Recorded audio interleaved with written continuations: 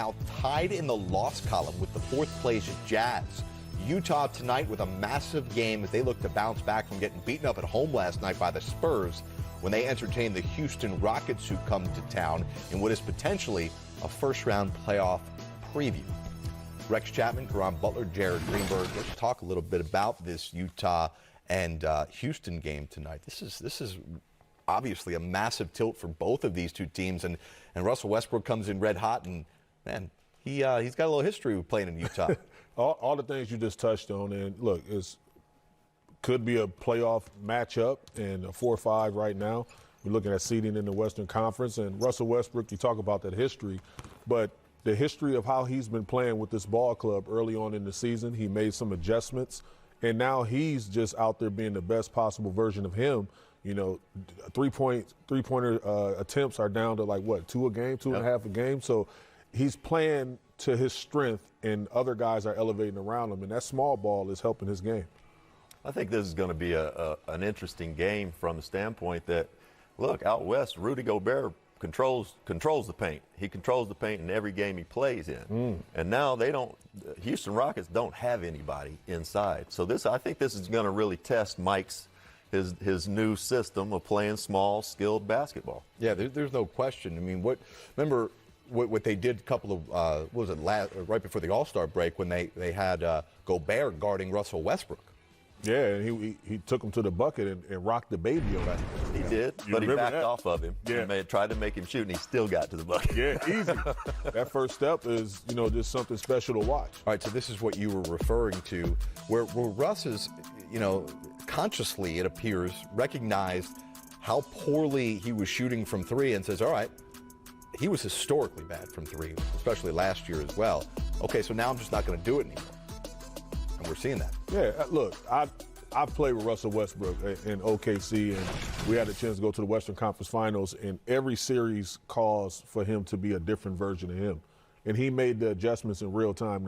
Now he's not worldwide renowned for making the adjustments to elevate all the talent around him, but when it comes to making the adjustment with him specifically, he will do that on the fly. And you've seen that adjustment happen in real time, since Christmas, and that's why you see the production is different. However, they're 16-12 on the road, and I think that the better he plays, the better they will. The follow-up to that, though, and we saw him adjust to playing with Paul George the last couple of years in OKC, was that at times in the playoffs, in the biggest moments, he reverts back to his own self and wants to play that one-on-one game with whoever he's matched up with. Yeah, I think he's evolving, though, as a player.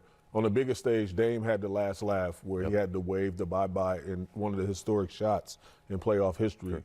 So I think that now, as a player, he's seeing that, and he know why he came there. And let me just say this, on the record, no team wants to see the Houston Rockets in a playoff series because they have two dynamic talents that can literally take over a playoff series. A couple of injury updates on this game affecting both teams. For the Houston Rockets, they'll get Eric Gordon back. He's missed the last few games with a leg contusion. He will come off the bench for the Rockets. That's big. And Mike Conley will play tonight. They rested him last night, front end of a back-to-back for Utah. But let's go back to what we were talking about with the Houston Rockets, where the situation comes up where we see them going small ball. Do you see how P.J. Tucker is affecting the game and it makes other coaches change their mind? But how does that work in the playoffs?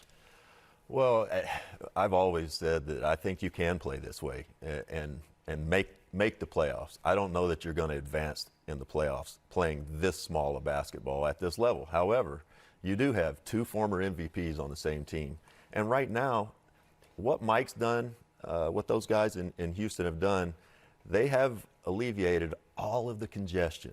Now when Russell gets the ball in the backcourt and has a full head of steam, first of all, he may be the toughest guy in the NBA to guard when he's coming at you with the full head of steam. You can't touch him, you can't put your hand on him, and now he's got nothing but open floor and paint to deal with.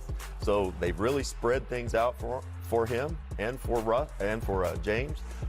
I like what they're doing so far, but it remains to be seen if it'll work in a 7-game series. What matters most in the playoffs? Possessions. Right. Every possession matters. So when you talk about the Houston Rockets and what they're doing, offensively they're going to be great. P.J. Tucker is going to be at the 4 or the 5. He's going to stretch out your big. But When you talk about defensive rebounds, when you talk about playing defense on the defensive end of the floor, having that length if you have to play or face the Lakers, they're not going to change their game because of you. Even though you got the one-off win in the regular season, they're going to play to their strengths. Right. The thing that keeps coming to mind for me is in the playoffs, superstars win playoff series, right? Facts. But the importance now of the third best player on the Rockets, you could argue P.J. Tucker, has been elevated to such a high level that no other team is going to rely on, first of all, the availability and then the durability of their third best player the way Houston is. God forbid something happens to P.J. Tucker. What do they do? It doesn't matter how good Harden and Westbrook are if they don't have anybody to defend inside.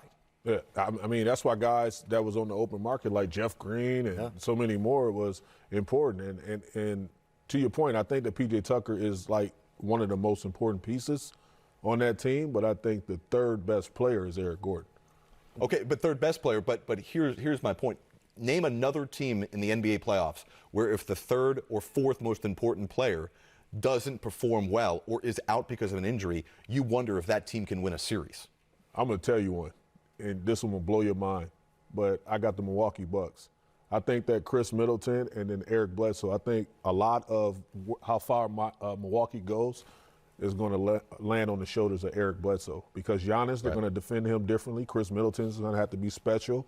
But it's going to be a lot of jump shots and opportunity that Eric Bledsoe is going to have to capitalize on if they're going to go far in the playoffs. Also, and as you guys know, basketball is a game you got to play through guys, you got to play around guys, and you got to be able to play over guys. And the Houston Rockets have one guy right now who can play over the top of you, and that's Russ. And he doesn't do it like he used to.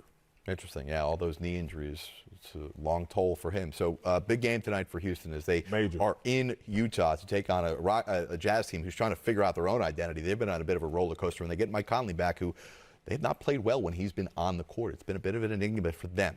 We've got a big weekend here on NBA TV, and it carries right through to Monday when we will have the Kobe Bryant Memorial Service live from Staples Center right here on NBA TV. Our coverage live from Los Angeles begins at 12:30 Eastern. That's 9:30 Pacific, right here on NBA TV.